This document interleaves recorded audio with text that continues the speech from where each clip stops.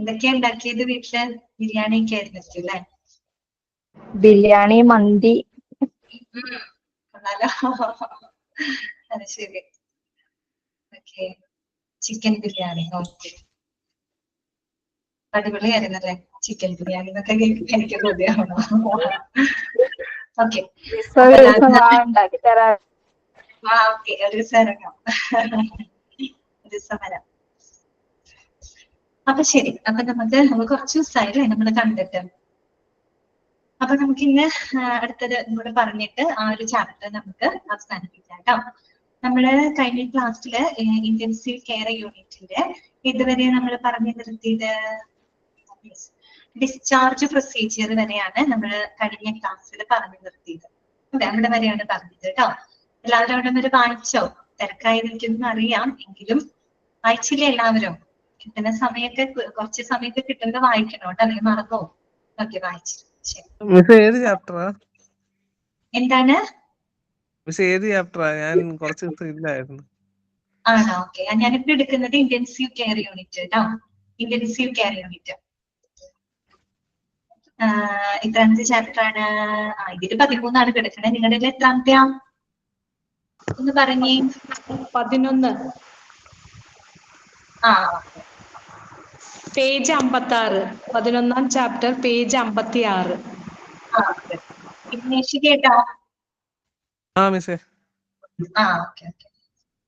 വിഘ്നേഷിന്റെ വീട് ആലപ്പുഴയാണോ? ആലപ്പുഴയാണോ വീട്? ഓക്കെ. ശരി, അപ്പൊ നമുക്ക് തുടങ്ങാം. ഞാൻ ഓൾ മ്യൂട്ട് ചെയ്യാണേ.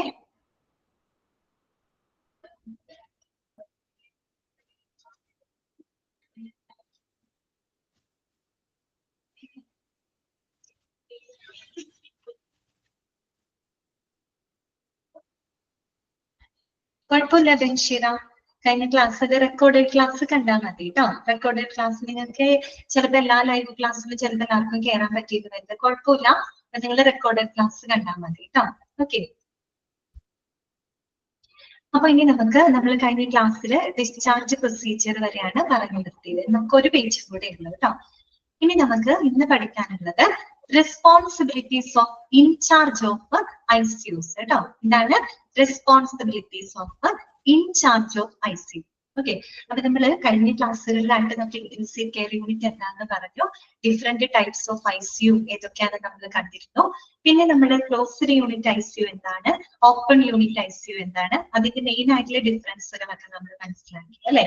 ഓക്കെ, അതെപ്പോഴും നിങ്ങളുടെ മനസ്സിലുണ്ടാവണം കേട്ടോ. ഓപ്പൺ യൂണിറ്റ് എന്ന് പറയുമ്പോൾ അവിടെ പ്രൈമറി ഫിസിഷ്യൻ ആണ് എല്ലാ കാര്യങ്ങളും ഈ പറയുന്ന അഡ്മിഷൻ ഡിസ്ചാർജ് ഒക്കെ ചെയ്യുന്നതെങ്കിൽ, ഒരു ക്ലോസ്ഡ് യൂണിറ്റ് ICU ഒരു ഇന്റൻസിവിസ്റ്റ് എന്ന് പറഞ്ഞു കഴിഞ്ഞാല് ഈ പറയുന്ന ICUവില് വളരെ ഗുരുതരമായിട്ട് പരിക്ക് അല്ലെ അങ്ങനെയുള്ള അസുഖബാധിതരായിട്ടുള്ള ആളുകൾക്ക് പരിചരണം കൊടുക്കുന്നതിൽ ഏറ്റവും വിദഗ്ധരായിട്ടുള്ള ആളുകളെയാണ് നമ്മൾ ഇന്റൻസിവിസ്റ്റ് എന്ന് പറയുന്നത്.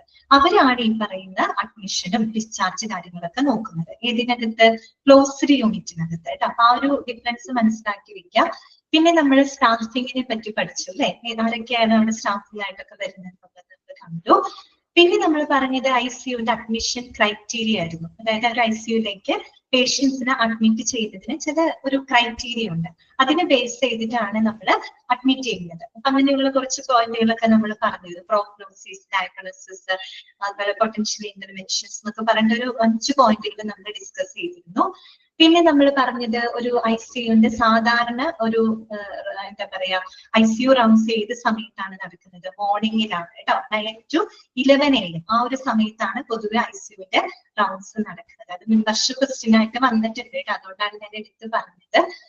പിന്നെ നമ്മള് ഡിസ്ചാർജ് പ്രൊസീജിയർ ഭയങ്കര ഡീപ്പായിട്ടൊന്നും അല്ല പറയുന്നത്. കോമൺ ആയിട്ടുള്ള കുറച്ച് കാര്യങ്ങളാണ് ഡിസ്ചാർജ് പ്രൊസീജിയറിനകത്ത് പറഞ്ഞത്. കാര്യം എന്ന് വെച്ചാൽ ICUവിൽ കുറെ കൂടെ പേഷ്യൻസ് സ്റ്റേബിൾ ആയി കഴിഞ്ഞ് കഴിഞ്ഞാല് നമുക്ക് അവരെ ഇങ്ങോട്ടേക്ക് ഷിഫ്റ്റ് ചെയ്യാം, വാർഡിലേക്ക് വേണമെങ്കിൽ അവരെ ഷിഫ്റ്റ് ചെയ്യാം. ആ ഒരു കാര്യമൊക്കെയാണ് അവിടെ പറഞ്ഞത് കേട്ടോ. ഓക്കെ, അത്രയേ ഉള്ളൂ പഠിക്കാനായിട്ട്. ഇനി നമുക്ക് responsibilities of incharge of ICU. ആരാണ് ICU ഇൻചാർജ് എന്ന് പറഞ്ഞാൽ? ആരാണ് ICU ഇൻചാർജ്? ഇന്റൻസിവിസ്റ്റ് ആണ് അല്ലെ. ഇന്റൻസിവിസ്റ്റ് ആണ് ആര്? ICU incharge. അപ്പൊ ആ രണ്ട് പേരുകളും ഓർത്തു വെക്കണം, വേറെ ആളാണെന്ന് വിചാരിക്കരുത് കേട്ടോ.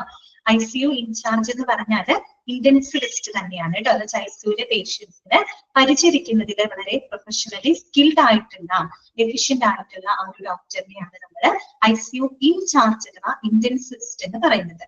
അപ്പൊ അദ്ദേഹത്തിന്റെ റെസ്പോൺസിബിലിറ്റീസ് എന്തൊക്കെയാണ്, അതാണ് ഇത് നമ്മൾ കാണാനായിട്ട് പോകുന്നത്. ഓക്കെ, ഓരോ പോയിന്റുകളും ക്ലിയർ ചെയ്ത് വെച്ചാൽ മതി കേട്ടോ. ഇതിന് എങ്ങനെ ക്വസ്റ്റ്യൻ വരാന്ന് അറിയാമോ? താഴെ തന്നിരിക്കുന്നവയില് ഈ പറയുന്ന ഇൻചാർജിന്റെ റെസ്പോൺസിബിലിറ്റിനെ ഇൻക്ലൂഡ് ആയിട്ടുള്ളത് ഏതാണ്, അതിന് ഇൻക്ലൂഡ് ചെയ്യപ്പെടാത്തത് ഏതാണ്, ആ രീതിയിലാണ് ഇതിന്റെ ക്വസ്റ്റ്യൻസ് വരിക. അപ്പൊ അതൊന്ന് ഓരോ പോയിന്റ് ഒന്ന് ക്ലിയർ ചെയ്ത് വെച്ചാൽ മതി കേട്ടോ. ഫസ്റ്റ് നോക്കിയേ, he's a representative for the unit in administrative. First point അതാണ് കേട്ടോ. Is representative for unit in administrative. അതായത് ഈ പറയുന്ന ICUന്റെ ഇന്റൻസീവ് കെയർ യൂണിറ്റിന്റെ ഭരണപരമായിട്ടുള്ള കാര്യങ്ങളിൽ ഒരു റെപ്രസെന്റേറ്റീവ് ആയിട്ട്, ഒരു പ്രതിനിധിയായിട്ട് പ്രവർത്തിക്കുന്നത് ആരാണ്? അത് ICU ഇൻചാർജ് ആണ് അഥവാ ഇന്റൻസിവിസ്റ്റ് ആണ്. അദ്ദേഹം എന്താണ്? ഈ പറയുന്ന ഇന്റൻസീവ് കെയർ യൂണിറ്റിന്റെ ഒരു റെപ്രസെന്റേറ്റീവ് ആണ് അല്ലെ, അതിന്റെ ഒരു പ്രതിനിധിയാണ് ആരെന്ന് പറയുന്നത് ICU ഇൻചാർജ്. ഓക്കെ, പ്രത്യേകിച്ച് ഭരണപരമായിട്ടുള്ള കാര്യങ്ങളിൽ ഒരു റെപ്രസെന്റേറ്റീവ് ആണ്. ഓക്കെ, രണ്ടാമത്തെ പോയിന്റ് എന്താണ്? Provides continuity of clinical care.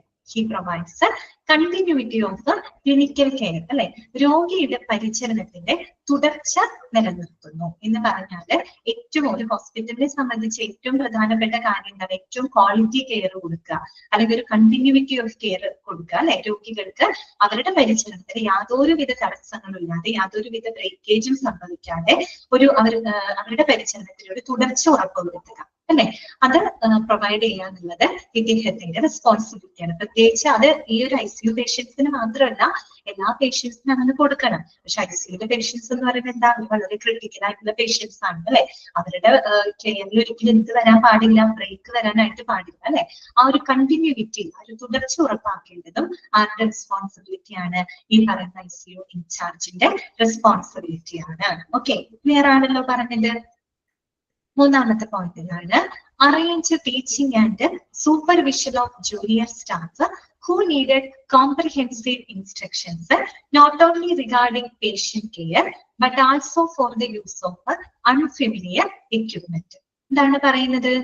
ഈ പറയുന്ന ജൂനിയർ സ്റ്റാഫുകൾക്ക് അല്ലെ, നമുക്കറിയാം ഒരു ICU എന്ന് പറയുമ്പോൾ അതിലൊരു ടീം ഓഫ് പ്രൊഫഷണൽസ് ആണ് ആ ഒരു ഡിപ്പാർട്ട്മെന്റിനെ ഹാൻഡിൽ ചെയ്യുന്നത് അല്ലെ. അവിടെ ഈ പറയുന്ന സീനിയർ റെസിഡന്റ് ഡോക്ടർമാരുണ്ട്, ജൂനിയർ റെസിഡന്റ് ഡോക്ടർമാരുണ്ട്, നഴ്സിംഗ് സ്റ്റാഫുകളുണ്ട്, അതിൽ തന്നെ ജൂനിയർ സ്റ്റാഫുകൾ ഇഷ്ടം പോലെ ഉണ്ടായിരിക്കും. അപ്പൊ അങ്ങനെയുള്ള ജൂനിയർ സ്റ്റാഫുകൾക്ക് അവർക്ക് ആവശ്യമായിട്ടുള്ള നിർദ്ദേശങ്ങൾ കൊടുക്കുക. എന്തിനുള്ള നിർദ്ദേശങ്ങളാണ്?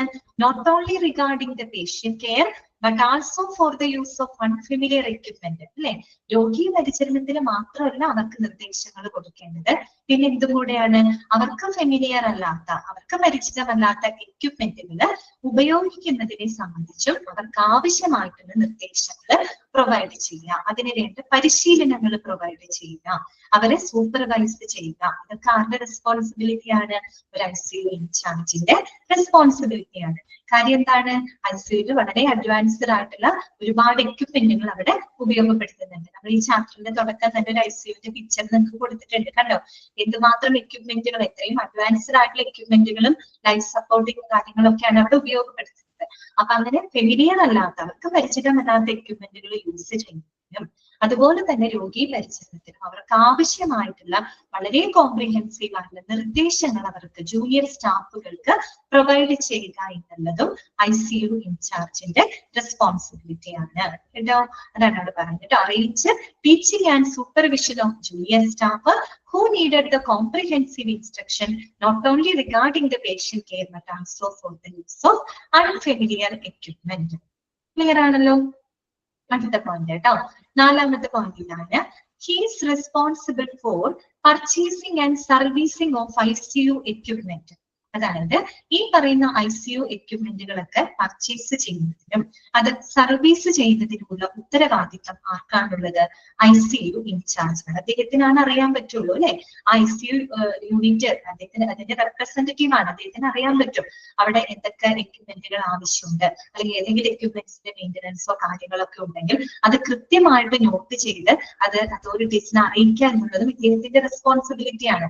അതാണ് അവിടെ പറയുന്നത്. ICU എക്യുപ്മെന്റുകൾ പർച്ചേസ് ചെയ്യുന്നതിനും സർവീസ് ചെയ്യുന്നതിനും ഉത്തരവാദിത്തപ്പെട്ട ഒരു വ്യക്തിയാണ് ICU ഇൻചാർജ് എന്ന് പറയുന്നത്. പിന്നെന്താണ്? Should initiate research and B recognised as an authority. പിന്നെന്താണ് പറയുന്നത്? ഷുഡ് ഇനീഷ്യേറ്റ് റിസർച്ച് അല്ലെ? ഈ റിസർച്ചുകളൊക്കെ ഇനീഷ്യേറ്റ് ചെയ്യും. അതായത് ഇങ്ങനെ ഗവേഷണ പ്രവർത്തനങ്ങളൊക്കെ ഉണ്ടെങ്കിൽ അതിന് കൂടുതൽ എന്താണ് പ്രോത്സാഹനം കൊടുക്കുക. എന്തിനാ നമ്മളിങ്ങനെ ഗവേഷണ പ്രവർത്തനങ്ങളൊക്കെ നടത്തുന്നത്? എന്തിനു വേണ്ടിയിട്ടായിരിക്കും? നമുക്കറിയാം അല്ലെ, നമ്മുടെ ഹെൽത്ത് കെയർ ഫീൽഡ് എന്ന് പറയുമ്പോൾ ഒരുപാട് മാറ്റങ്ങളുണ്ട്. ഇന്നിപ്പോ ഒരുപാട് വളരെ അഡ്വാൻസ്ഡ് ആയിട്ടുള്ള ടെക്നോളജിയും എല്ലാം ഉപയോഗപ്പെടുത്തുന്ന ഒരു മേഖലയാണ് അല്ലെ നമ്മുടെ ആരോഗ്യ മേഖല എന്ന് പറഞ്ഞു കഴിഞ്ഞാല്.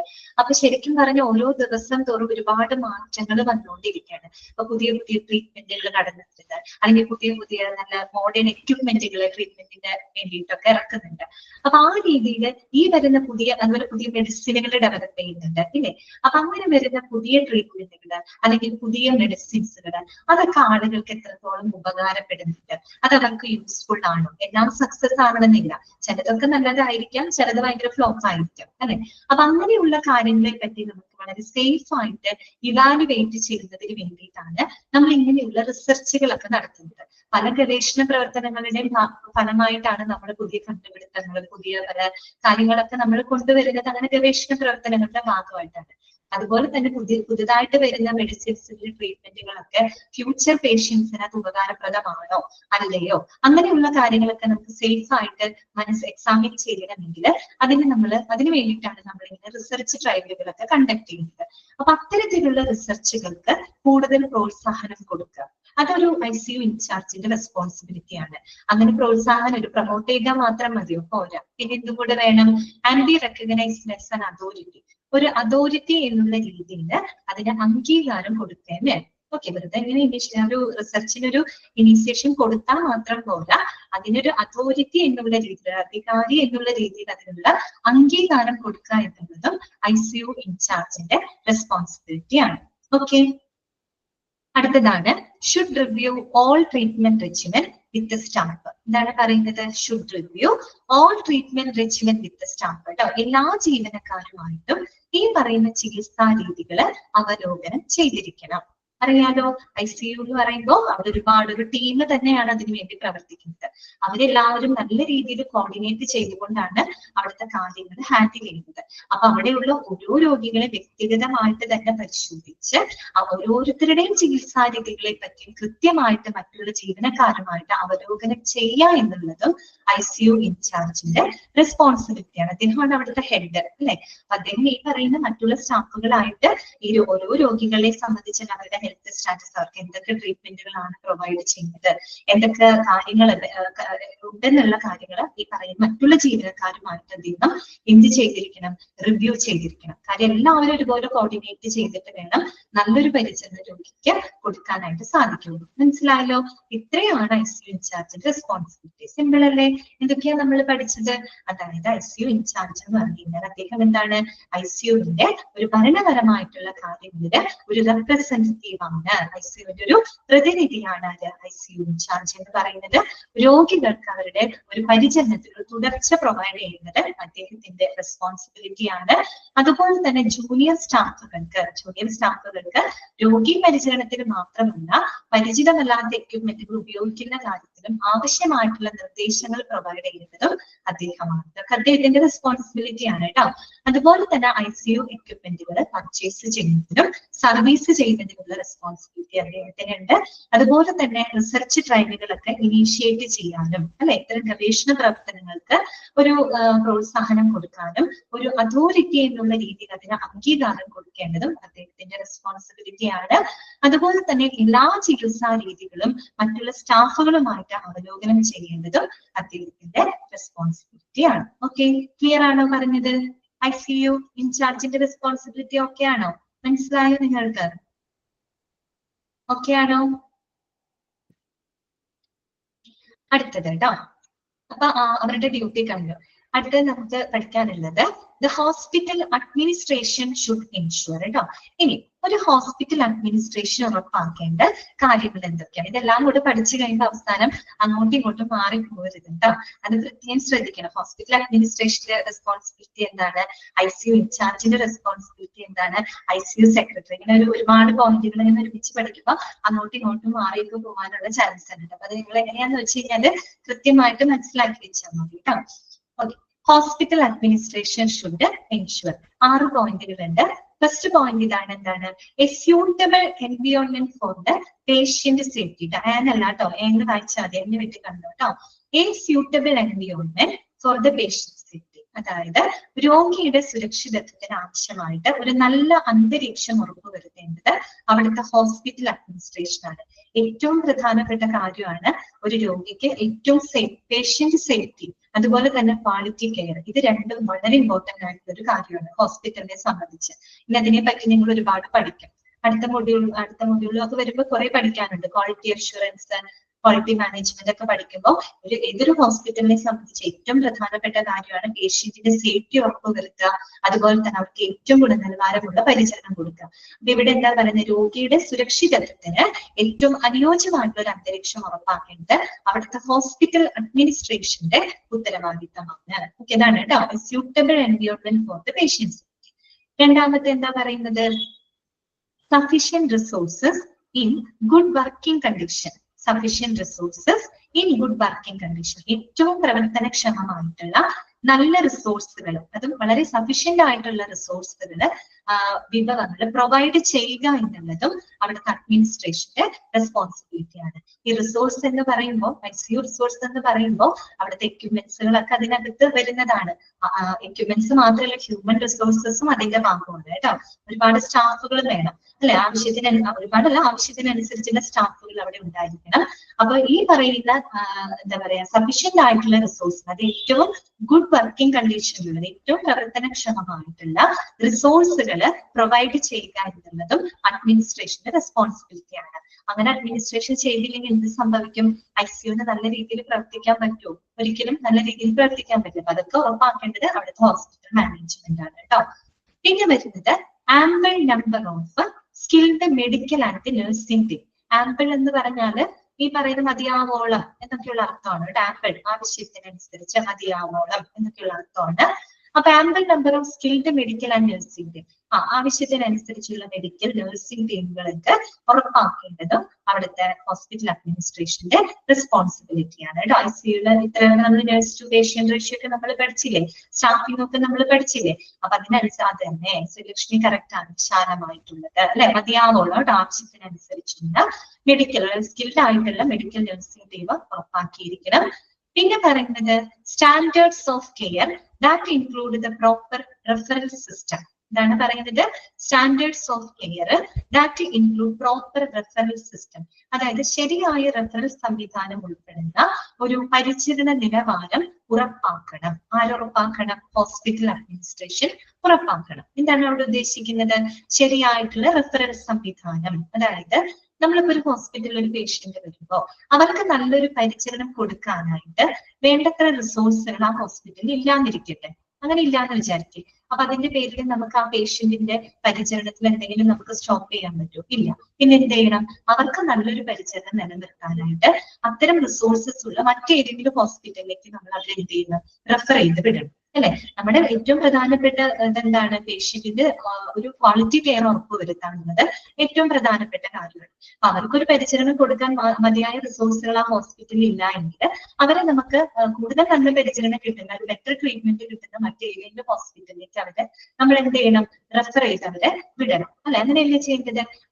അപ്പൊ അതാണ് അവിടെ പറഞ്ഞത്, ശരിയായിട്ടുള്ള റെഫറൽ സംവിധാനങ്ങൾ ഉൾപ്പെടുന്ന ഒരു പരിചരണ നിലവാരം ഉറപ്പാക്കിയിരിക്കണം. അപ്പൊ ഇതിനെ പറ്റിയൊക്കെ നിങ്ങൾ കുറെ കൂടെ ഡീറ്റെയിൽഡ് ആയിട്ട് പഠിക്കും. ക്വാളിറ്റി അഷ്വറൻസ് ഒക്കെ വരുമ്പോൾ ഹോസ്പിറ്റലിനെ സംബന്ധിച്ചൊക്കെ പഠിക്കുമ്പോൾ മനസ്സിലാവും അതിന്റെ ആ ഒരു ഇമ്പോർട്ടൻസ് എത്രത്തോളം ഉണ്ടെന്നുള്ളത് കേട്ടോ.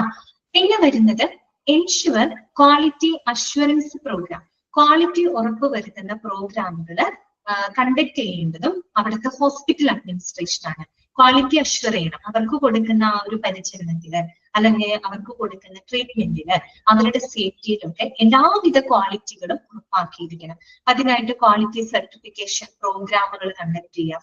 ഓക്കെ, അങ്ങനെയുള്ള അക്രഡിറ്റേഷൻ പ്രോഗ്രാമുകളൊക്കെ കണ്ടക്ട് ചെയ്യാം. അപ്പൊ അതിനനുസരിച്ച് ആശുപത്രികൾ കൊടുക്കുന്ന സേവനങ്ങൾ കുറേയും കൂടെ ക്വാളിറ്റി ഉള്ളതാക്കി മാറ്റാനായിട്ട് സാധിക്കും. അപ്പൊ അതിന്റെ ഫലം കിട്ടുന്നത് ആർക്കാണ്? പേഷ്യൻസിന് ആണല്ലോ. അപ്പൊ ആ രീതിയിൽ ക്വാളിറ്റി അഷ്വറൻസ് പ്രോഗ്രാമുകൾ കണ്ടക്ട് ചെയ്യുക എന്നുള്ളതും ഒരു ഹോസ്പിറ്റൽ അഡ്മിനിസ്ട്രേഷന്റെ റെസ്പോൺസിബിലിറ്റി ആണ്. ഓക്കെ ആണല്ലോ. അടുത്ത പോയിന്റ് ഇതാണ്, proper policy for the admission discharge procedure. അതായത് ICUവിന്റെ അഡ്മിഷനിലേക്കും ഡിസ്ചാർജിനൊക്കെ ആയിട്ട് കൃത്യമായിട്ടുള്ള നയങ്ങള് നടപ്പിലാക്കുക എന്നുള്ളതും ഹോസ്പിറ്റൽ അഡ്മിനിസ്ട്രേഷന്റെ ഉത്തരവാദിത്തമാണ്. നമ്മൾ ICU അഡ്മിഷൻ ക്രൈറ്റീരിയ പഠിച്ചില്ലേ? ഒരു 5 പോയിന്റുകളൊക്കെ നമ്മൾ പറഞ്ഞില്ലേ. പ്രയോറിറ്റൈസേഷൻ കൊടുക്കണം, പ്രോഗ്നോസിസിനെ ബേസ് ചെയ്ത്, ഡയഗ്നോസിസിനെ ബേസ് ചെയ്ത്, അല്ലെ? അതുപോലെ തന്നെ ലൈഫ് സപ്പോർട്ടിംഗ് തെറാപ്പി ആവശ്യമായിട്ടുള്ള രോഗികൾക്ക് അവർക്ക് പ്രയോറിറ്റി കൊടുക്കണം. അങ്ങനെ ചില ക്രൈറ്റീരിയ ഉണ്ട്. ആ ക്രൈറ്റീരിയനെ ബേസ് ചെയ്തിട്ടല്ലേ നമ്മൾ ICUലേക്ക് അഡ്മിറ്റ് ചെയ്യുന്ന പേഷ്യൻസിന്. അതുപോലെ തന്നെ ഡിസ്ചാർജിനും അതിൻ്റെതായ കുറെ പ്രൊസീജിയറുകളുണ്ട്. ഇവിടെ എന്താ പറയുന്ന, അഡ്മിഷൻ ഡിസ്ചാർജ് കാര്യങ്ങൾക്കൊക്കെ ആയിട്ട് കൃത്യമായിട്ടുള്ള പോളിസികള്, പ്രോപ്പർ ആയിട്ടുള്ള പോളിസികള് അത് ക്രിയേറ്റ് ചെയ്ത് ഇംപ്ലിമെന്റ് ചെയ്യാനുള്ള റെസ്പോൺസിബിലിറ്റി ആർക്കാണുള്ളത്? ഹോസ്പിറ്റൽ അഡ്മിനിസ്ട്രേഷനാണുള്ളത്. ക്ലിയർ ആയോ? അപ്പൊ 6 പോയിന്റ് കേട്ടോ. എന്തൊക്കെയാ നമ്മൾ പറഞ്ഞത്? രോഗിയുടെ സുരക്ഷിതത്വത്തിന് ആവശ്യമായുള്ള നല്ലൊരു അന്തരീക്ഷം ഉറപ്പാക്കുക, അതുപോലെ തന്നെ സഫീഷ്യന്റ് ആയിട്ടുള്ള വിഭവങ്ങൾ, റിസോഴ്സുകൾ, അതും ഏറ്റവും നല്ല പ്രവർത്തനക്ഷമമായിട്ടുള്ള റിസോഴ്സുകൾ പ്രൊവൈഡ് ചെയ്യുക. പിന്നെ ആവശ്യത്തിനനുസരിച്ച് സ്കിൽഡ് ആയിട്ടുള്ള മെഡിക്കൽ നഴ്സിംഗ് ടീമിനെ ഉറപ്പാക്കുക, ശരിയായിട്ടുള്ള റെഫറൻസ് സംവിധാനങ്ങൾ ഉൾപ്പെടുന്ന പരിചരണ നിലവാരം ഉറപ്പുവരുത്തുക, ക്വാളിറ്റി അഷ്വർ ചെയ്യുന്ന പ്രോഗ്രാമുകൾ കണ്ടക്ട് ചെയ്യുക, അഡ്മിഷൻ ഡിസ്ചാർജ് നടപടിക്രമങ്ങൾക്കായിട്ട് കൃത്യമായിട്ടുള്ള നയങ്ങൾ നടപ്പിലാക്കുക. ഇതൊക്കെ ഹോസ്പിറ്റൽ അഡ്മിനിസ്ട്രേഷന്റെ റെസ്പോൺസിബിലിറ്റിയാണ്. ക്ലിയർ ആണോ പറഞ്ഞത്? ഓക്കെ ആണോ? മനസ്സിലായോ? ക്ലിയർ അല്ലേ? അപ്പൊ നിങ്ങൾ ഒരു പോയിന്റ് പഠിക്കുമ്പോൾ മാറിപ്പോവില്ല കേട്ടോ. ICU ഇൻചാർജ് എന്ന് പറയുമ്പോൾ കൂടുതലും ഈ ട്രീറ്റ്മെന്റ് അങ്ങനെയുള്ള കാര്യത്തിലാണ് അവർക്ക് കൂടുതൽ ഫോക്കസ് ചെയ്യേണ്ടത്.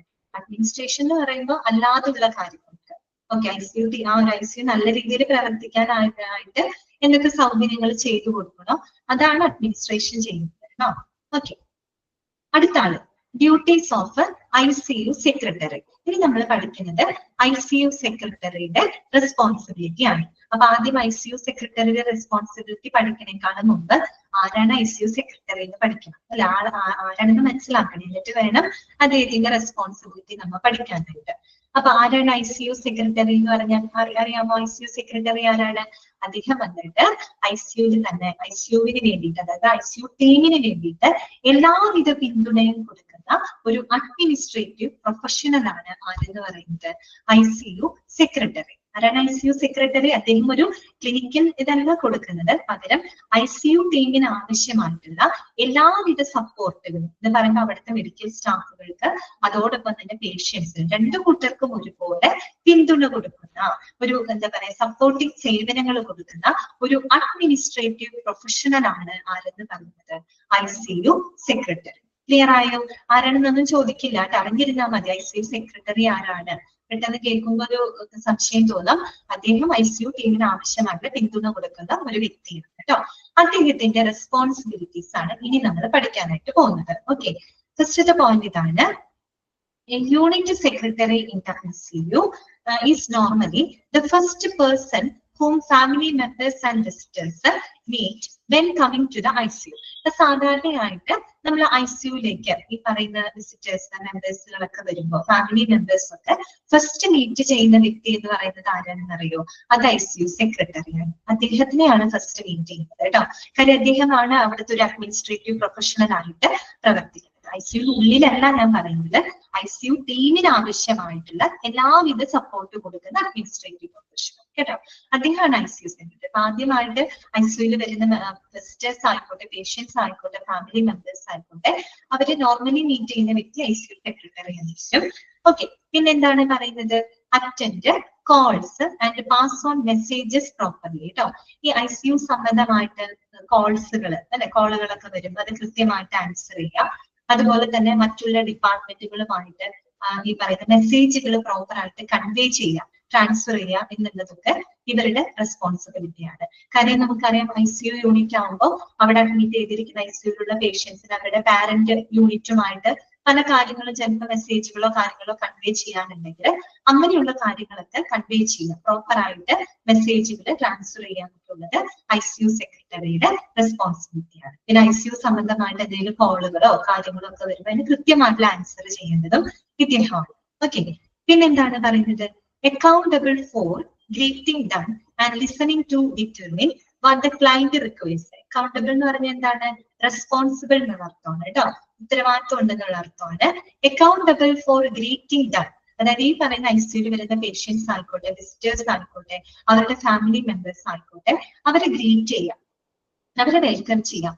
അതോടൊപ്പം തന്നെ listening to determine what the client requires, ക്ലയന്റിന് എന്താണോ ആവശ്യം, അല്ലെങ്കിൽ ആവശ്യം എന്ന് പറഞ്ഞാൽ അവർക്ക് പല കൺസേൺസ് ഉണ്ടായിരിക്കും, അവർക്ക് പല ആശങ്കകൾ ഉണ്ടായിരിക്കാം, അല്ലെങ്കിൽ അവർക്ക് അറിയേണ്ട ചില കാര്യങ്ങളൊക്കെ ഉണ്ടായിരിക്കാം. അതിനെ പറ്റി കൃത്യമായിട്ട് ലിസൺ ചെയ്ത് കൃത്യമായിട്ട് ശ്രദ്ധിച്ച് അവർക്ക് ആവശ്യമായിട്ടുള്ള കാര്യങ്ങൾ ചെയ്തു കൊടുക്കേണ്ടതും ആര് തന്നെയാണ്? ICU സെക്രട്ടറിയാണ്.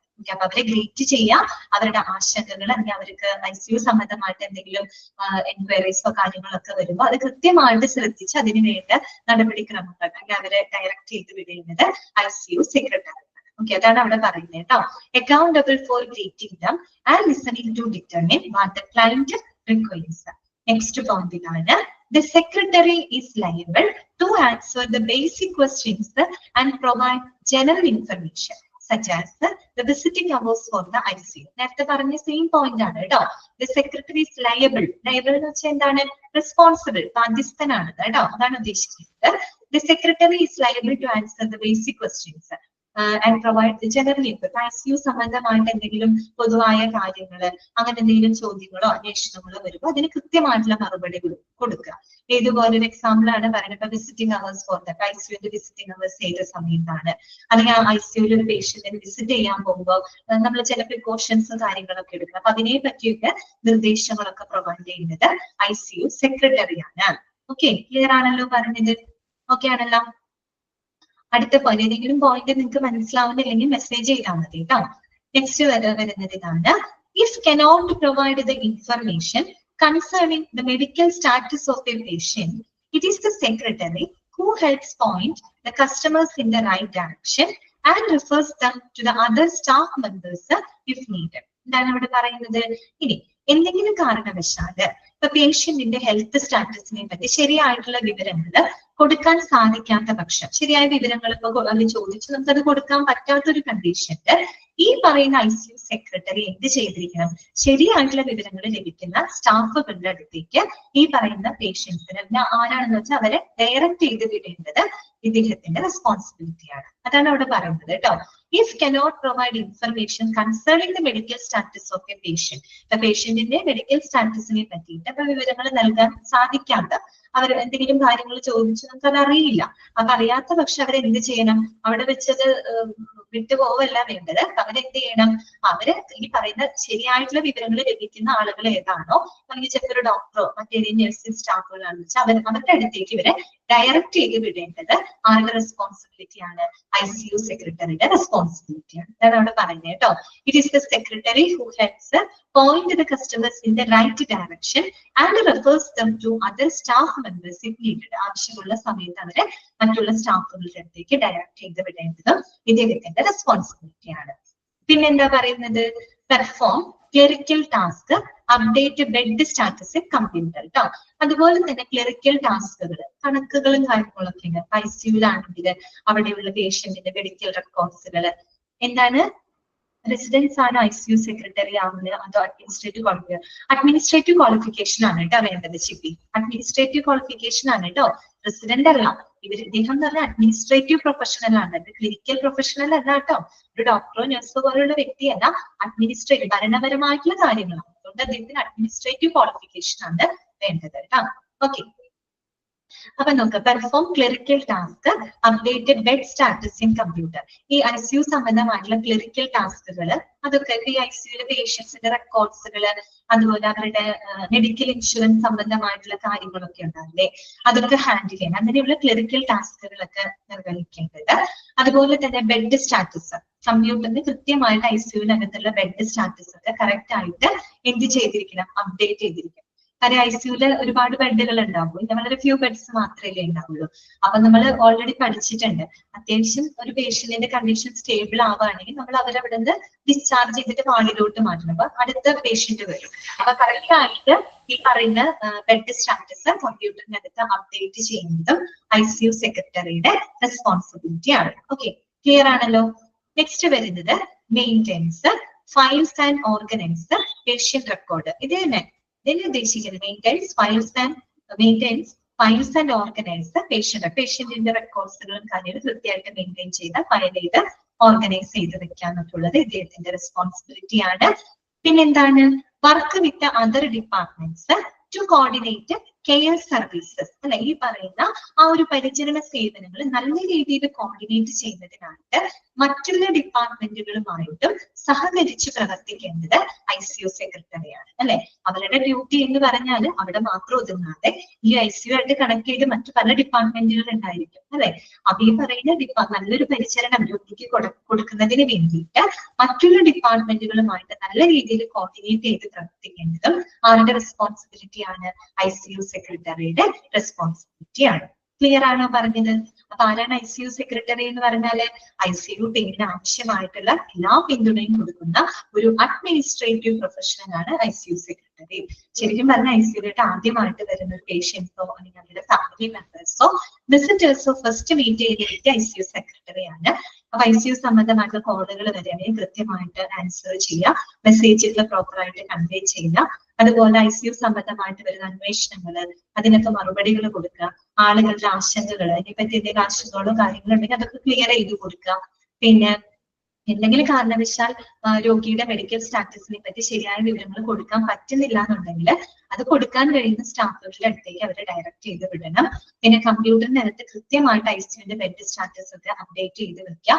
ക്ലറിക്കൽ ടാസ്കുകളൊക്കെ കറക്റ്റ് ആയിട്ട് ചെയ്യുക. പേഷ്യന്റിന്റെ റെക്കോർഡുകൾ മെയിൻറ്റെയിൻ ചെയ്യുക, ഫയൽ ചെയ്യുക, ഓർഗനൈസ് ചെയ്ത് വെക്കുക. എല്ലാത്തിനേക്കാൾ ഉപരി നല്ലൊരു പരിചരണം ഉറപ്പാക്കാനായിട്ട് മറ്റുള്ള പല ഡിപ്പാർട്ട്മെന്റുകളുമായിട്ട് കോർഡിനേറ്റ് ചെയ്ത് പ്രവർത്തിക്കുക. ഇതൊക്കെയാണ് ICU സെക്രട്ടറിയുടെ റെസ്പോൺസിബിലിറ്റി ആയിട്ട് വരുന്നത്. ക്ലിയർ ആണല്ലോ. അപ്പൊ നമ്മൾ 3 പേരുടെയാണ് പഠിച്ചത് കേട്ടോ. ഒന്ന് ICU ഇൻചാർജിന്റെ റെസ്പോൺസിബിലിറ്റി, പിന്നെ ഹോസ്പിറ്റൽ അഡ്മിനിസ്ട്രേഷൻ ഉറപ്പാക്കേണ്ട കാര്യങ്ങള്, പിന്നെ ICU സെക്രട്ടറിയുടെ ഡ്യൂട്ടീസ്. ഓക്കെ, ഇതോട് കൂടിയിട്ട് നമ്മുടെ ഈ പറയുന്ന ചാപ്റ്ററിന്റെ അവസാനിക്കുകയാണ്. ഈ ചാപ്റ്ററിനകത്ത് വളരെ കുറച്ച് കാര്യങ്ങളെ പഠിക്കാനുള്ളൂ. ICU എന്താണെന്ന് പഠിക്കണം, അല്ലെ. പിന്നെ എന്താണ്, ICUവില് എങ്ങനെയുള്ള രോഗികൾക്കാണ് നമ്മൾ പരിചരണം കൊടുക്കുന്നത്, കുറച്ച് പോയിന്റുകൾ നമ്മൾ പറഞ്ഞു, അത് പ്രത്യേകം നോട്ട് ചെയ്ത് വെക്കണം കേട്ടോ. പിന്നെ പല ടൈപ്പ് ICUകളുണ്ട്, അതിലേക്ക് ഫുൾ ഫോം ഒക്കെ ഒന്ന് നോട്ട് ചെയ്ത് വെക്കാം കേട്ടോ. പിന്നെ നമ്മൾ 2 ടൈപ്പ് ICU പഠിച്ചു, ക്ലോസ്ഡ് യൂണിറ്റ് ICU ഉണ്ട്, ഓപ്പൺ യൂണിറ്റ് ICU ഉണ്ട്. അതിന്റെ പ്രത്യേകത മനസ്സിലാക്കി. സ്റ്റാഫിങ്, എങ്ങനെയാണ് സ്റ്റാഫിങ് നമ്മൾ കണ്ടു. പിന്നെ ആരാണ് ICUവിന്റെ രജിസ്ട്രാർ എന്ന് പറയുന്ന ആരാണ്, അത് സീനിയർ റെസിഡന്റ് ആണ്. അത് എപ്പോഴും റിപ്പീറ്റഡ് ആയിട്ട് വന്നിട്ടുള്ള ഒരു ക്വസ്റ്റ്യൻ ആണ്. Who is the registrar in ICU? ICU registrar ആരാണ്? അത് സീനിയർ റെസിഡന്റ് ഡോക്ടർ ആണ്. ഓക്കെ, അതുപോലെ അവരുടെ ഡ്യൂട്ടി ടൈം നമ്മൾ കണ്ടു. കറക്റ്റ് ആണ് കേട്ടോ ശരണ്യ, സീനിയർ റെസിഡന്റ് ആണ്. പിന്നെ ജൂനിയർ റെസിഡന്റ് ഡോക്ടേഴ്സ്, അവരുടെ റെസ്പോൺസിബിലിറ്റി നമ്മൾ കണ്ടിരുന്നു. പിന്നെ ICU അഡ്മിഷൻ ക്രൈറ്റീരിയ, 5 പോയിന്റ് അല്ല 5-6 പോയിന്റുകൾ നമ്മൾ അതിനകത്ത് പഠിച്ചു. പിന്നെ ICUയുടെ റൂട്ടീൻ റൗണ്ട്സ് ചെയ്ത സമയത്താണ്, മോർണിംഗ് 9 to 11 AM ആണ്. അതൊക്കെ ഒന്ന് നോട്ട് ചെയ്ത് വെക്കാം. പിന്നെ റെസ്പോൺസിബിലിറ്റി, എന്തെങ്കിലും ഇങ്ങനെ തന്നിട്ട് മിക്സ് ചെയ്ത് തന്നിട്ട് ഇത് താഴെ തന്നിരിക്കുന്നതിൽ ഇത് ആരുടെ റെസ്പോൺസിബിലിറ്റി ആണ്, അല്ലെങ്കിൽ ഇന്ന ആളുടെ റെസ്പോൺസിബിലിറ്റിയിൽ ഉൾപ്പെടുന്നത് ഏതാണ്, ഉൾപ്പെടാത്തത് ഏതാണ്, ആ രീതിയിലുള്ള ക്വസ്റ്റ്യൻസ് ആണ് അവിടെ നിന്ന് വരുന്നത് കേട്ടോ. ഓക്കെ ആണോ? മനസ്സിലായോ? ഇതോട് കൂടിയിട്ട് നമ്മുടെ ഈ ഒരു ചാപ്റ്റർ ഇവിടെ അവസാനിക്കുകയാണ് കേട്ടോ. ക്ലിയർ അല്ലേ ചാപ്റ്റർ?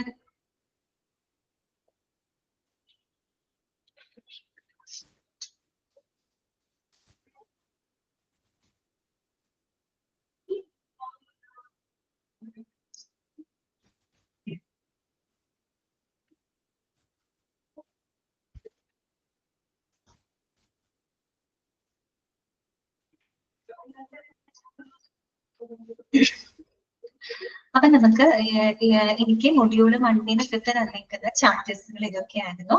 ഇൻട്രൊഡക്ഷൻ, ഹിസ്റ്ററി, പിന്നെ ക്ലാസിഫിക്കേഷൻ, പിന്നെ different departments in hospital, intensive care unit. ഇത്രയും ചാപ്റ്റേഴ്സുകളാണ് മൊഡ്യൂൾ 1-നകത്ത് എനിക്ക് അസൈൻ ചെയ്ത് തന്ന ചാപ്റ്റേഴ്സ് ഇതൊക്കെയാണ്.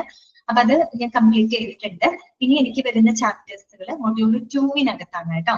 ഓക്കെ, മൊഡ്യൂൾ 2-നകത്താണ്. ഇനി എനിക്ക് അടുത്ത ചാപ്റ്റേഴ്സുകളൊക്കെ മൊഡ്യൂൾ 2-നകത്താണ് വരുന്നത്. സോ അപ്പൊ നമുക്ക് മൊഡ്യൂൾ 2-ന്റെ ചാപ്റ്റർ തുടങ്ങാം കേട്ടോ. അപ്പൊ എനിക്ക് മൊഡ്യൂൾ 1-നകത്ത് എനിക്ക് തന്ന ചാപ്റ്റേഴ്സ് ഞാൻ കംപ്ലീറ്റ് ചെയ്തിട്ടുണ്ട് കേട്ടോ.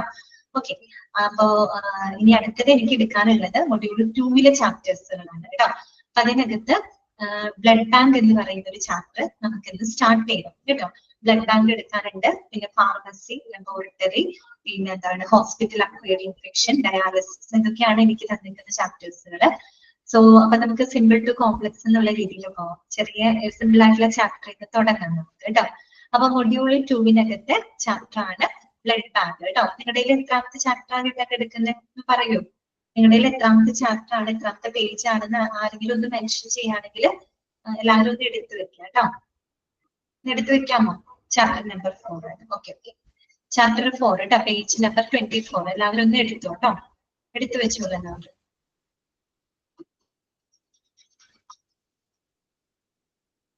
ഓക്കെ ആണല്ലോ.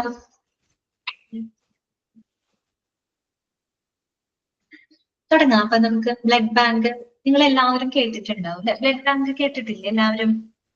ബ്ലഡ് ബാങ്ക് കേട്ടിട്ടുണ്ട്. ഓക്കെ, അനിച്ചന ഓക്കെ, കേട്ടിട്ടുണ്ട്. എന്താണ് ബ്ലഡ് ബാങ്ക് എന്ന് പറഞ്ഞു കഴിഞ്ഞാല്? ഓക്കെ, നുർഷില കേട്ടിട്ടുണ്ട്, ശ്രുതി, ആതിര, എല്ലാവരും കേട്ടിട്ടുണ്ട് ബ്ലഡ് ബാങ്ക് അല്ലെ? അപ്പൊ എന്താണ് ബ്ലഡ് ബാങ്ക് പറഞ്ഞു? ആദ്യ ശ്രീലക്ഷ്മി മൊഡ്യൂൾ 2 ആണ് കേട്ടോ. മൊഡ്യൂൾ 2-ലെ ചാപ്റ്റർ ആണ് കേട്ടോ. 4ാമത്തെ ചാപ്റ്റർ ആണ് നിങ്ങളുടേത്. ഓക്കെ, ഒരു നിമിഷം. നമുക്ക് ആവശ്യമായ ബ്ലഡ് അവിടെ ഉണ്ടാവും. ഓക്കെ, അപ്പൊ ചുരുക്കി പറഞ്ഞു കഴിഞ്ഞാല് ബ്ലഡ് ബാങ്ക് എന്ന് പറഞ്ഞാൽ എന്താണ്? ബ്ലഡ് കളക്ട് ചെയ്ത് വെക്കുന്നു, സ്റ്റോർ ചെയ്ത് വെക്കുന്നു, ആവശ്യക്കാർക്ക് വിതരണം ചെയ്യുന്നു. എന്താണ് ചിപ്പി?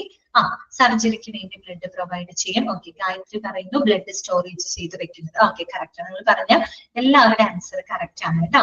നമുക്ക് എന്താണ് ഇനി ആവശ്യമായിട്ടുള്ള ബ്ലഡ് സ്റ്റോർ ചെയ്ത് വെക്കുന്നു. ഓക്കെ, കറക്റ്റ് ആണ്. നിങ്ങൾ പറഞ്ഞൊക്കെ കറക്റ്റ് ആണ്. അതായത് നമ്മൾ ബ്ലഡ് കളക്ട് ചെയ്ത് സ്റ്റോർ ചെയ്ത് വെക്കുന്നു, ആവശ്യക്കാർക്ക് വിതരണം ചെയ്യുന്ന ഒരു സ്ഥലം, അതായത് സപ്പോർട്ടിംഗ് ഡിപ്പാർട്ട്മെന്റ് എന്നൊക്കെ പറഞ്ഞ ബ്ലഡ് ബാങ്ക്. അതവിടെ നിൽക്കട്ടെ.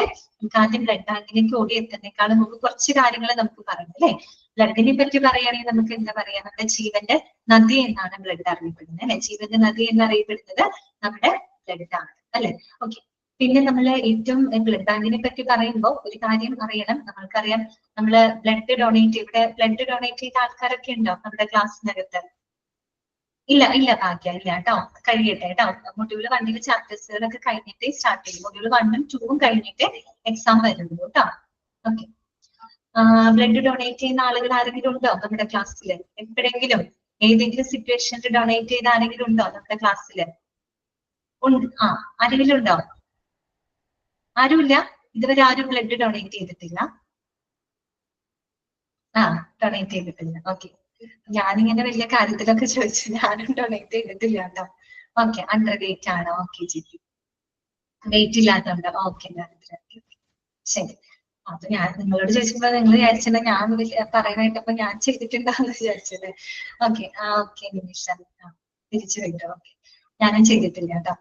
സത്യം പറഞ്ഞു കഴിഞ്ഞാൽ ശരിക്കും നമ്മളെ ബ്ലഡ് ഡൊണേറ്റ് ചെയ്യാം. Under weight. Okay Nishita, weight കുറവാണ്. എല്ലാവർക്കും വെയിറ്റ് കുറവാണോ? കൊടുക്കാനുള്ള ബ്ലഡ് ഇല്ല നിഷിത. ഓക്കെ, ഡൊണേറ്റ് ചെയ്യാൻ പക്ഷെ അവിടെ ചെല്ലുമ്പോൾ കൗണ്ട്. ഓക്കെ ശ്രീലക്ഷ്മി, ബ്ലഡ് കുറവാണ്. നിങ്ങളിപ്പോ ക്ലാസ്സിലുള്ളവരെല്ലാവരും ബ്ലഡ് കുറവുള്ള ആൾക്കാരാണോ? അണ്ടർ വെയിറ്റ് ആയിട്ടുള്ള ആൾക്കാരാണോ? ഓക്കെ, ശരി. അപ്പൊ ബ്ലഡ് കുറവാണ്. ബ്ലഡ് കൂടാനുള്ള ഭക്ഷണങ്ങളൊക്കെ കഴിക്കണം കേട്ടോ. വെയിറ്റ് ഉണ്ട്. ബ്ലഡ്, ശരി. അപ്പൊ നമ്മള് ശരിക്കും പറഞ്ഞ രക്തദാനം മഹാദാനം എന്നാണ് പറയാ അല്ലെ? ഇത്രയും വിശാലമായിട്ടുള്ള മനസ്സുള്ളവർക്ക് മാത്രമേ പോസിറ്റീവ് ആർക്കും വേണ്ട. ശരി, അനീമിക് ആണ്. ഓക്കെ, അപ്പൊ ഇതിനെ പറ്റിയൊക്കെ നമ്മൾ ഈ ഒരു ചാപ്റ്ററിനകത്ത് പഠിക്കുന്നുണ്ട് കേട്ടോ. ആദ്യം അനീമിക് ആണ്. അപ്പൊ കുറച്ച് അയൺ ഭക്ഷണങ്ങളൊക്കെ, അയൺ കണ്ടന്റായിട്ടുള്ള ഭക്ഷണങ്ങളൊക്കെ കൂടുതൽ ഉൾപ്പെടുത്താൻ നോക്കും കേട്ടോ. ആദ്യം ഭയങ്കര ബുദ്ധിമുട്ടാണ് അനീമിക് ആയി കഴിഞ്ഞാല്. അപ്പം നമ്മള് ബ്ലഡ് ബാങ്കിലോട്ട് വരാം. അപ്പൊ നമ്മള് ഞാൻ ഡൊണേഷന്റെ കാര്യത്തെ പറ്റി പറഞ്ഞ വേറൊന്നുമല്ല, ഏറ്റവും നല്ലൊരു മഹത്തായിട്ടുള്ള ഒരു കാര്യമാണ് ബ്ലഡ് ഡൊണേറ്റ് ചെയ്യാന്ന് പറഞ്ഞത്. വളരെ വിശാലമായിട്ട് അല്ലെ, എല്ലാവർക്കും നമുക്ക് മനസ്സുണ്ട്, പക്ഷെ പല കാരണങ്ങൾ കൊണ്ട് നമുക്ക് നടക്കാറില്ല. അപ്പൊ അതിലൊരു പ്രധാനപ്പെട്ട നമ്മൾ ബ്ലഡ് ഡൊണേറ്റ് ചെയ്യുമ്പോൾ ചില പ്രോട്ടോകോൾസും കാര്യങ്ങളുണ്ട്. അതിൽ ഏറ്റവും പ്രധാനപ്പെട്ട ഒരു കാര്യമാണ് ബോഡിയുടെ ആ ഒരു പ്രായം ഒരു പ്രധാനപ്പെട്ട കാര്യമാണ്. എന്ന് വെച്ചൊരു 18 വയസ്സിനും 65 വയസ്സിനും ഇടയിൽ പ്രായമുള്ളവർ മാത്രമാണ് ബ്ലഡ് ഡൊണേറ്റ് ചെയ്യാനായിട്ട് പാടുള്ളൂ. 18 വയസ്സിനും 65 വയസ്സിനും ഇടയിൽ പ്രായമുള്ളവർ, 18 വയസ്സിന് താഴെയുള്ളവരും 65 വയസ്സിന് മുകളിലുള്ളവരും ബ്ലഡ് ഡൊണേറ്റ് ചെയ്യാനായിട്ട് പാടില്ല കേട്ടോ. അതുപോലെ തന്നെ നമ്മുടെ ഈ പറയുന്ന ഗർഭിണികളായിട്ടുള്ള സ്ത്രീകളുണ്ടാവും, മുലയൂട്ടുന്ന അമ്മമാരൊക്കെ ഉണ്ടാവും. അങ്ങനെയുള്ളവർ, മറ്റെന്തെങ്കിലും അസുഖങ്ങളുള്ള ആളുകളൊന്നും ബ്ലഡ് ഡൊണേറ്റ് ചെയ്യാനായിട്ട് പാടില്ല. പിന്നെ ഏറ്റവും പ്രധാനപ്പെട്ട ഒരു കാര്യമാണ് വെയിറ്റ്. നിങ്ങൾ പറഞ്ഞ പോലെ ബോഡി വെയിറ്റ്. ഇപ്പൊ നിങ്ങൾ ഒട്ടുമിക്ക ഒരു അണ്ടർ വെയിറ്റ് ആണെന്ന് പറഞ്ഞു, ശരിയാണ്. ബോഡി വെയിറ്റ് വളരെ ഇമ്പോർട്ടന്റ് ആയിട്ടുള്ള ഒരു കാര്യമാണ്. 45 കിലോഗ്രാം എങ്കിലും ഭാരം ഉണ്ടാവുള്ളൂ കേട്ടോ. അങ്ങനെയുള്ളവർ മാത്രമേ ബ്ലഡ് ഡൊണേറ്റ് ചെയ്യാനായിട്ട് പാടില്ല. ചിട്ടി പറഞ്ഞത് കറക്റ്റ് ആണ്. ആൽക്കഹോളിക് പീപ്പിൾ ആരും ചെയ്യാനായിട്ട് പാടില്ല കേട്ടോ. അപ്പൊ നമ്മള് ഓക്കെ ചെയ്തു. ടാറ്റുള്ളവര്, ഓക്കെ, പല വിധത്തിലുള്ള അസുഖങ്ങളുള്ളവരൊന്നും ഒരിക്കലും എന്ത് ചെയ്യാൻ പാടില്ല, ബ്ലഡ് ഡൊണേറ്റ് ചെയ്യാനായിട്ട് പാടില്ല. പിന്നെ ബ്ലഡില് എത്ര കമ്പോണന്റുകൾ ഉണ്ടെന്ന് നിങ്ങൾക്ക് അറിയാമോ? ബ്ലഡിൽ എത്ര കമ്പോണന്റ് ഉണ്ടെന്ന് അറിയാമോ? ഒന്ന് പറയാമോ? ബ്ലഡിൽ എത്ര കമ്പോണന്റുകൾ ഉണ്ട്? അറിയുന്നെങ്കിൽ പറയുക കേട്ടോ. അറിയില്ലെങ്കിൽ കുഴപ്പമൊന്നുമില്ല. നമ്മൾ ഈ ഒരു ചാപ്റ്ററിനകത്ത് 3 കമ്പോണന്റ്, ചാപ്റ്റർ പറയുന്ന 3 കമ്പോണന്റ്. Okay, 3 component. WBC ഒക്കെ കറക്റ്റ് ആണ്. അറിയില്ല, മനസ്സിലേക്ക് അറിയില്ല. ചിപ്പി RBC, ഓക്കെ, 3 ഓക്കെ. ശരിക്കും പറഞ്ഞാൽ 4 കമ്പോണന്റ്സ് ആണ് ഉള്ളത്. RBC ഉണ്ട്, WBC ഉണ്ട്. കറക്റ്റ് ആണ് കേട്ടോ. വിഘ്നേഷ് കറക്റ്റ് ആണ്. RBC, ചിപ്പി, പ്ലേറ്റ്ലെറ്റ് കറക്റ്റ്. 4 കമ്പോണന്റ്സ് വരുന്നുണ്ട് കേട്ടോ. അതായത് RBC, WBC, പ്ലേറ്റ്ലെറ്റ്, പ്ലാസ്മ, അങ്ങനെ 4 കമ്പോണന്റുകളാണ് നമ്മുടെ ബ്ലഡിനകത്ത് വരുന്നത്. അപ്പൊ നമ്മള് കറക്റ്റ് ആയിട്ട് ആതിര കൃഷ്ണ ഇൻഡിവിജ്വൽസ് കറക്റ്റ് ആണ്. അപ്പൊ നമ്മൾ ബ്ലഡ് ബാങ്കിലോട്ട് വരികയാണെങ്കിൽ പണ്ട് നമ്മുടെ 1ാം ലോക മഹായുദ്ധ കാലത്ത് ഓക്കെ കറക്റ്റ് ആയിട്ട് അനുഷ്ഠിക്കാം. കറക്റ്റ്. അതായത് നമ്മൾ ബ്ലഡ് ബാങ്കിന്റെ കാര്യം പറയുന്നത് നമ്മുടെ 1ാം ലോക മഹായുദ്ധ കാലത്ത് ഒരു 1914 to 1918 ആ ഒരു കാലഘട്ടത്തില് നമ്മുടെ റെഡ് ക്രോസ് സൊസൈറ്റിയാണ് ആദ്യമായിട്ട് ബ്ലഡ് ബാങ്ക് ഇൻട്രൊഡ്യൂസ് ചെയ്യുന്നത്. അവരാണ്. അപ്പൊ ആദ്യ കാലങ്ങളില് നമ്മള് എന്താ പറയാ, ഈ പറയുന്ന ഹോൾ ബ്ലഡ് ആയിട്ടാണ് കളക്ട് ചെയ്തത്. ഹോൾ ബ്ലഡ് എന്ന് വെച്ചാൽ WHO ഹോൾ ആണ് കേട്ടോ ഞാൻ ഉദ്ദേശിച്ചത്. മൊത്തമായിട്ട് മുഴുവൻ ബ്ലഡ് ആയിട്ട് കളക്ട് ചെയ്തത് കുപ്പികളിലായിട്ടാണ് സൂക്ഷിച്ചിരുന്നത്. അന്നത്തെ കാലഘട്ടമാണ് കേട്ടോ പറയുന്നത്. അപ്പൊ ഒരു കുപ്പികളിലായിട്ടാണ് സൂക്ഷിച്ചിരുന്നത്. അത് മാത്രമല്ല, നമ്മൾ ബ്ലഡ് ഡൊണേറ്റ് ചെയ്തിരുന്നതും ആ ഒരു ഹോൾ ബ്ലഡ് ആയിട്ട് തന്നെയാണ് ആ കാലങ്ങളിൽ ബ്ലഡ് എന്ത് ചെയ്തിരുന്നത്, ഡൊണേറ്റ് ചെയ്തിരുന്നത്. അപ്പൊ നമ്മൾ ഇങ്ങനെ ഹോൾ ബ്ലഡ് ഡൊണേറ്റ് ചെയ്യുമ്പോഴത്തൊരു ബുദ്ധിമുട്ടുണ്ട്. എന്താണെന്നറിയാമോ? ഹോൾ ബ്ലഡ് ആണ്, അതിനകത്ത് എല്ലാ കമ്പോണന്റുകളും ഉണ്ടായിരിക്കും. അപ്പൊ എന്താണ്, എല്ലാവർക്കും എല്ലാ കമ്പോണന്റുകളും ആവശ്യമുണ്ടോ? ഇല്ല. എല്ലാവർക്കും എല്ലാ കമ്പോണന്റുകളും ആവശ്യമുണ്ട്. അപ്പൊ ആവശ്യമുള്ള കമ്പോണന്റുകൾ മാത്രം എന്ത് ചെയ്താൽ മതി, കൊടുത്താൽ മതി. അപ്പൊ നമ്മൾ ഹോൾ ബ്ലഡ് ആയിട്ട് ഒരാളുടെ ശരീരത്തിലേക്ക് നമ്മൾ ഡൊണേറ്റ് ചെയ്യുന്ന സമയത്ത്, ട്രാൻസ്ഫർ ചെയ്യുന്ന സമയത്ത് അയാളുടെ ശരീരത്തിൽ ഈ പറയുന്ന ഫ്ലൂയിഡ് ഓവർലോഡ് ആവും. എല്ലാ കമ്പോണന്റും ഉണ്ട്. ഫ്ലൂയിഡ് ഓവർലോഡ് ആവും. അതുമൂലം പല കോംപ്ലിക്കേഷൻസ് ഉണ്ടാവാനുണ്ട്.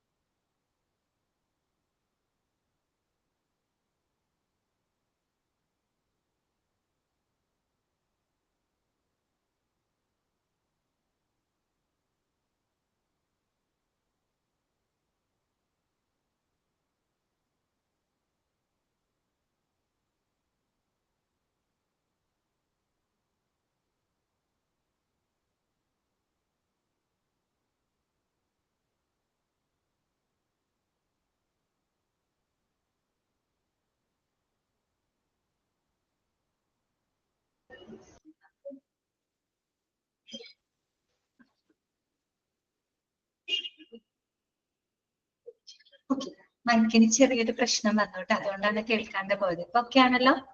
ഓക്കെ ആണല്ലോ? ആ ശരി. അപ്പൊ നമ്മൾ പറഞ്ഞത് ഇപ്പൊ അനീമിക് ആയിട്ടുള്ള പേഷ്യൻസ് ആണെന്ന് വിചാരിക്കും, വിളർച്ചയുള്ള ആളുകൾ ഉണ്ടാവുമല്ലോ, അവരെ സംബന്ധിച്ച് അവർക്ക് RBCയുടെ കൗണ്ട് ആയിരിക്കും കുറവ്. അപ്പൊ അവർക്ക് എന്ത് കമ്പോണന്റ് കൊടുത്താൽ മതി? RBC മാത്രം കൊടുത്താൽ മതി. ഇനി ചില ആളുകളിലാണെങ്കിൽ WBCയുടെ ശ്വേതരക്താണുക്കൾ എന്ന് പറയും, അപ്പൊ അതിന്റെ കൗണ്ട് ആയിരിക്കും കുറവ്. അപ്പൊ അങ്ങനെയുള്ളവർക്ക് അത് മാത്രം സപ്ലൈ ചെയ്താൽ മതി. അതുപോലെ നമ്മൾ ഈ ഡെങ്കി ഫീവർ ഒക്കെ വരില്ലേ, ഡെങ്കിപ്പനി അങ്ങനത്തെ ഒക്കെ വരുമ്പോൾ പ്ലേറ്റ്ലെറ്റിന്റെ കൗണ്ട് കണ്ടമാനം കുറഞ്ഞു പോകും. അപ്പൊ അങ്ങനത്തെ സിറ്റുവേഷനിൽ നമ്മൾ പ്ലേറ്റ്ലെറ്റ് എന്ത് ചെയ്യേണ്ടി വരും? പ്ലേറ്റ്ലെറ്റ് എന്ന് പറയുന്ന കമ്പോണന്റ് മാത്രം അവർക്ക് കൊടുത്താൽ മതി. അതുപോലെ തന്നെ നമ്മുടെ ലിവർ ഡിസീസ് ഒക്കെ വന്നിട്ടുള്ള ആളുകളാണെങ്കിൽ അവർക്ക് പ്ലാസ്മ കമ്പോണന്റിന് പ്രശ്നങ്ങൾ ഉണ്ടായിരിക്കും. അങ്ങനെയുള്ളവർക്ക് പ്ലാസ്മ കമ്പോണന്റ് സപ്ലൈ ചെയ്താൽ മതി. ചുരുക്കി പറഞ്ഞു കഴിഞ്ഞാൽ എല്ലാവർക്കും എല്ലാ കമ്പോണന്റും ആവശ്യമില്ല, ആവശ്യമുള്ള കമ്പോണന്റുകൾ മാത്രം അവർക്ക് കൊടുത്താൽ മതി. ആ ഒരു കൺസെപ്റ്റിൽ നിന്നുകൊണ്ട് എന്ത് ചെയ്തു? ഈ ഹോൾ ബ്ലഡിനെ നമ്മൾ കളക്ട് ചെയ്തിട്ട് പല പല കമ്പോണന്റുകളാക്കിയിട്ട് വേർതിരിക്കാനായിട്ട് തുടങ്ങി. പണ്ട് അങ്ങനെ ആയിരുന്നില്ലല്ലോ. പണ്ട് ഹോൾ ബ്ലഡ് കളക്ട് ചെയ്യുന്നു, ആ ഹോൾ ബ്ലഡ് തന്നെ അങ്ങനെ തന്നെ മറ്റൊരാളിലേക്ക് ട്രാൻസ്ഫർ ചെയ്യും. അപ്പൊ ഇങ്ങനെ ഒരു പ്രശ്നം വന്നു കഴിഞ്ഞപ്പോ, ഇങ്ങനെ ഒരു കൺസെപ്റ്റ് ഒരു പ്രാധാന്യം മനസ്സിലാക്കി കഴിഞ്ഞപ്പോ പിന്നെ എന്തുണ്ടായി? ഹോൾ ബ്ലഡ് കളക്ട് ചെയ്തിട്ട് അതിനെ നമ്മൾ പല പല കമ്പോണന്റുകളായിട്ട് വേർതിരിക്കാനായിട്ട് തുടങ്ങി. RBC ഒരു കമ്പോണന്റ്, WBC ഒരു കമ്പോണന്റ്, പ്ലേറ്റ്ലെറ്റ് ഒരു കമ്പോണന്റ്, പ്ലാസ്മ, അങ്ങനെ ഡിഫറെന്റ് കമ്പോണന്റുകളായിട്ട് ബ്ലഡ് ബാഗുകളിലാക്കി സൂക്ഷിക്കാനായിട്ട് തുടങ്ങി. കുപ്പികളിലല്ല, പണ്ട് കുപ്പിയിലായിരുന്നു, പിന്നെ എന്താണ്, ബ്ലഡ് ബാഗുകളിലാക്കിയിട്ട് സൂക്ഷിക്കാൻ തുടങ്ങി. ഇപ്പൊ പണ്ട് ഒരു മദർ ബാഗ് ഉണ്ടായിരിക്കും, പിന്നെ അതിനോടനുബന്ധിച്ചൊരു സപ്ലിമെന്ററി ബാഗ്സുകളൊക്കെ ഉണ്ടായിരിക്കും. അങ്ങനെ ഓരോരോ കമ്പോണന്റുകളാക്കിയിട്ട് ഇവിടെ സൂക്ഷിക്കാൻ തുടങ്ങി, ബ്ലഡ് ബാങ്കിനകത്ത് സൂക്ഷിക്കാനായിട്ട് തുടങ്ങി. അപ്പൊ ഒരു രോഗി വരുന്ന സമയത്ത് അവർക്ക് എന്ത് കമ്പോണന്റ് ആണോ ആവശ്യം, ആ ഒരു കമ്പോണന്റ് മാത്രം അവർക്ക് സപ്ലൈ ചെയ്താൽ മതി. ഓക്കെ. പിന്നെ പൊതുവേ നമ്മള് ബ്ലഡ് ബാങ്കുകളില് ബ്ലഡ് നമ്മൾ ആന്റിബയോട്ടിക്കുമായിട്ട് മിക്സ് ചെയ്തിട്ടാണ് നമ്മൾ എന്ത് ചെയ്ത് വെക്കുന്നത്? സ്റ്റോർ ചെയ്ത് വെക്കുന്നത്. നമുക്കറിയാം, ഇപ്പൊ ഒരു ചെറിയൊരു മുറിവ് തന്നെ സംഭവിച്ചൊരു 2-3 മിനിറ്റിനുള്ളിൽ നമ്മുടെ ബ്ലഡ് ക്ലോട്ട് ആവാനായിട്ട് തുടങ്ങും അല്ലെ? അപ്പൊ ബ്ലഡ് ബാങ്കിനകത്ത് എങ്ങനെയായിരിക്കും ബ്ലഡ് സ്റ്റോർ ചെയ്ത് വെക്കുന്നത്? ഈ പറയുന്ന ആന്റിബയോട്ടിക്കുമായിട്ട് മിക്സ് ചെയ്തുകൊണ്ടായിരിക്കും ബ്ലഡ് ബാങ്കിനകത്ത് ബ്ലഡ് സൂക്ഷിക്കുന്നത്. സാധാരണ സോഡിയം സിട്രേറ്റ് എന്നൊക്കെ പറയുന്ന ഒരു ആന്റിബയോട്ടിക്കുമായിട്ട് മിക്സ് ചെയ്തിട്ടാണ് സൂക്ഷിച്ചു വെക്കുന്നത്. അതൊന്നും അറിയാം, ജസ്റ്റ് ഒന്ന് പറഞ്ഞു എന്ന് മാത്രം. അതുപോലെ തന്നെ ശരാശരി ആരോഗ്യവാനായിട്ടുള്ള ഒരാളുടെ ശരീരത്തില് 5 ലിറ്ററോളം ബ്ലഡ് ഉണ്ടായിരിക്കും. ആരോഗ്യവാനായിട്ടുള്ള ഒരാളുടെ ശരീരത്തില് 5 ലിറ്ററോളം ബ്ലഡ് ഉണ്ടായിരിക്കും. നിങ്ങൾക്ക് പഠിക്കാനുണ്ട് കേട്ടോ, അത് പഠിക്കാനുള്ള ഒരു കാര്യമാണ്. പിന്നെ പൊതുവേ ആണെങ്കിൽ ഇപ്പം നമുക്ക് പുരുഷന്മാർക്കൊക്കെ ആണെങ്കിൽ ഒരു 3 മാസത്തിൽ ഒരിക്കലും ബ്ലഡ് ഡൊണേറ്റ് ചെയ്യാം. സ്ത്രീകൾക്കാണെങ്കിൽ 4 മാസം. It depends on their health കേട്ടോ. ആരോഗ്യമൊക്കെ ഉള്ള സ്ത്രീകളാണ്, കുഴപ്പമൊന്നുമില്ല. എന്താ പറയാ, അങ്ങനെയുള്ളവരാണെങ്കിൽ അവർക്ക് ഒരു 3 മാസത്തിൽ ഒരിക്കലും കൊടുക്കാൻ പറ്റുന്ന ബുദ്ധിമുട്ടില്ല. അങ്ങനെ കാര്യമുണ്ട്. പിന്നെ അറ്റേ ടൈമിൽ സാധാരണ നമ്മുടെ ഇന്ത്യയിലൊക്കെ പൊതുവെ അറ്റേ ടൈമിൽ ഒരു 300 ml ബ്ലഡ് ആണ് ഒരു അറ്റേ ടൈമിൽ ഒരാളുടെ ശരീരത്തിൽ എടുക്കുന്നത്. ചിലവർക്കൊരു വിദ്യാധാരണയുണ്ട്, ബ്ലഡ് ഇങ്ങനെ കൊടുക്കുമ്പോൾ കുറഞ്ഞു പോകും. ശരിക്കും കുറയല്ല, കൂടുകയാണ്.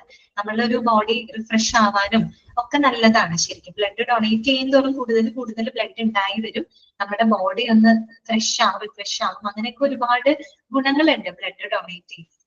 പിന്നെ മാത്രമല്ല, അതൊരു മഹത്തായിട്ടുള്ള ഒരു കാര്യം കൂടെയാണ് കേട്ടോ. അപ്പൊ എപ്പോഴും അതൊന്നും മനസ്സിലാക്കി വെക്കാൻ വേണ്ടി പറഞ്ഞെന്ന് മാത്രമേ ഉള്ളൂ. അപ്പൊ ഇത്രയാണ് ബ്ലഡ് ബാങ്കിനെ പറ്റി പറഞ്ഞ് നമുക്ക് ചാപ്റ്ററിലോട്ട് കടക്കാം കേട്ടോ. ഓക്കെ, ബ്ലഡ് ബാങ്ക് അപ്പൊ ആദ്യത്തെ ഒരു ഇൻട്രൊഡക്ഷൻ ആണ്. സിമ്പിൾ ആയിട്ടുള്ള ഒരു ചാപ്റ്റർ ആണ്, എളുപ്പം പഠിക്കാൻ പറ്റുന്ന ഒരു ചാപ്റ്റർ ആണ്. നമുക്ക് നോക്കാം. The term blood bank generally refers to a department of a hospital, usually within a clinical pathology laboratory, where the storage of blood product takes place and where the pre-transfusion and blood compatibility testing is executed. അപ്പൊ ഒരു sentence ആണ്. എന്താണ് blood bank എന്ന് പറഞ്ഞു കഴിഞ്ഞാല്? Blood bank എന്ന് പറഞ്ഞാൽ ഹോസ്പിറ്റലിൽ ഒരു സപ്പോർട്ടീവ് ഡിപ്പാർട്ട്മെന്റ് ആണ് എന്ന് പറഞ്ഞു കഴിഞ്ഞാൽ ബ്ലഡ് ബാങ്ക് സാധാരണ ഒരു ക്ലിനിക്കൽ പാത്തോളജി ലബോറട്ടറിയുടെ ഭാഗമാണ്. Clinical pathology laboratory. പാത്തോളജി എന്ന് പറഞ്ഞാൽ എന്താ? പാത്തോളജി എന്ന് പറഞ്ഞാൽ എന്താണ്? സ്റ്റഡി ഓഫ് ഡിസീസസ് ആണ് അല്ലെ? രോഗങ്ങളെ കുറിച്ചുള്ള പഠനത്തിനെയാണ് നമ്മൾ പാത്തോളജി എന്ന് പറയുന്നത് കേട്ടോ. പഠിച്ചു വെക്കണം കേട്ടോ. എന്താണ് പാത്തോളജി? എവിടെ പാത്തോളജി എന്നൊക്കെ കേൾക്കുമ്പോൾ ഈ സംശയം വരരുത്. It is the study of the disease കേട്ടോ. രോഗങ്ങളെ പറ്റി, രോഗകാരണങ്ങളെ പറ്റി, രോഗലക്ഷണങ്ങളെ പറ്റിയിട്ടുള്ള ഒരു പഠനമാണ് പാത്തോളജി എന്നതുകൊണ്ട് ഉദ്ദേശിക്കുന്നത്. ഈ ബ്ലഡ് ബാങ്ക് എന്ന് പറയുന്നതും ഒരു ക്ലിനിക്കൽ പാത്തോളജി ലാബിന്റെ ഭാഗമാണ്. കാരണം അവിടെയും എന്താണ്, ഒരുപാട് ടെസ്റ്റുകളും കാര്യങ്ങളും നടക്കുന്നുണ്ട്. ചുമ്മാ വെറുതെ ബ്ലഡ് കളക്ട് ചെയ്യുന്നു, സ്റ്റോർ ചെയ്യുന്നു, ആവശ്യക്കാർക്ക് വിതരണം ചെയ്യുന്ന ഒരു സെന്റർ മാത്രമല്ല ബ്ലഡ് ബാങ്ക്. അതിനകത്ത് ഒരുപാട് ടെസ്റ്റുകളും നടക്കുന്നുണ്ട്. അതുകൊണ്ടാണ് പറയുന്നത് ഒരു ഹോസ്പിറ്റലിന്റെ ക്ലിനിക്കൽ പാത്തോളജി ലാബിന്റെ തന്നെ ഭാഗമാണ് ഇത് ബ്ലഡ് ബാങ്ക് എന്ന് പറയുന്നത്. അവിടെ എന്തൊക്കെയാ നടക്കുന്നത്? The storage of blood product takes place. Storage of blood product എന്ന് പറയുമ്പോൾ ബ്ലഡ് കമ്പോണന്റുകളാണ് അല്ലെ. ഈ പറയുന്ന ബ്ലഡ് കളക്ട് ചെയ്യുന്ന RBC അങ്ങനെ ബ്ലഡിന്റെ പ്രോഡക്റ്റുകൾ അല്ലെ, ബ്ലഡ് കമ്പോണന്റ്സുകൾ സ്റ്റോർ ചെയ്യുന്ന ഒരു സ്ഥലമാണ്. അത് മാത്രമാണോ? അല്ല. Pre transfusion and blood compatibility testing is executed. ഇവിടെ രണ്ട് വാക്കുകൾ നിങ്ങൾക്ക് പരിചയമില്ലാത്തതാണ്. അതിപ്പോ നമുക്ക് അടുത്ത ക്ലാസ്സിൽ പറയും കേട്ടോ. ഇപ്പൊ ക്ലാസ്സിൽ നമുക്ക് വൈകിട്ട് ചെയ്യാനുള്ള ഒരു ടൈമായി പറഞ്ഞു മുഴുമിപ്പിക്കാൻ പറ്റില്ല. അതുകൊണ്ടാണ് കേട്ടോ. അപ്പൊ സിമ്പിൾ ആയിട്ടുള്ള ഒരു ചാപ്റ്റർ ആണ്. നമുക്ക് അടുത്ത ക്ലാസ്സിൽ അത് കണ്ടിന്യൂ ചെയ്യാം കേട്ടോ. അൺമ്യൂട്ട് ചെയ്തിട്ടുണ്ട്. ഇന്നത്തെ ക്ലാസ്സിൽ നിങ്ങൾക്ക് എന്തെങ്കിലും ഡൗട്ട് ഉണ്ടെങ്കിൽ ചോദിക്കാം കേട്ടോ. അല്ലാന്നുണ്ടെങ്കിൽ നമുക്ക് ക്ലാസ് വൈൻഡപ്പ് ചെയ്യാം. ബ്ലഡ് ബാങ്ക് ഫാർമസി ഡിഫിക്കൽട്ട് തന്നെയാ മാം. നേഴ്സിംഗിൽ ഏറ്റവും ബുദ്ധിമുട്ടുള്ള പോർഷൻ ബ്ലഡ് ബാങ്കും ഇതുമാണ് മാം പറഞ്ഞ. ഫാർമസിയാണ് ഏറ്റവും ഡിഫിക്കൽട്ട് പഠിക്കാൻ. എന്നാലും നമ്മൾ ഇതിൽ ഡീപ്പായിട്ടൊന്നും പഠിക്കുന്നില്ല. വളരെ കുറച്ച് മാത്രമേ പഠിക്കുന്നുള്ളൂ. നമുക്ക് എളുപ്പമുള്ള പഠിക്കാനുള്ളത് കേട്ടോ. അതുകൊണ്ട് കുഴപ്പമില്ല. നമ്മൾ പിന്നെ കുറെ ഡീപ്പായിട്ടൊന്നും പഠിക്കാത്ത ഒരു പ്രശ്നമില്ല. നമുക്ക് ജസ്റ്റ് ഒരു ഔട്ട്ലൈൻ മാത്രം ഉണ്ടാക്കി എടുത്താൽ മതി. അതുകൊണ്ട് വലിയ പ്രശ്നമില്ല കേട്ടോ. ഓക്കെ, അപ്പൊ നമുക്ക് ഇന്ന് വേറെ ഡൗട്ട്സ് ഒന്നും ഇല്ലെങ്കിൽ നമുക്ക് ഇന്നത്തെ ക്ലാസ് വൈൻഡപ്പ് ചെയ്യാം കേട്ടോ. നെക്സ്റ്റ് ക്ലാസ്സിൽ നമുക്ക് കാണാം. ഓക്കെ, എന്നാ എല്ലാവരും പോയി. Okay ma'am. Thank you.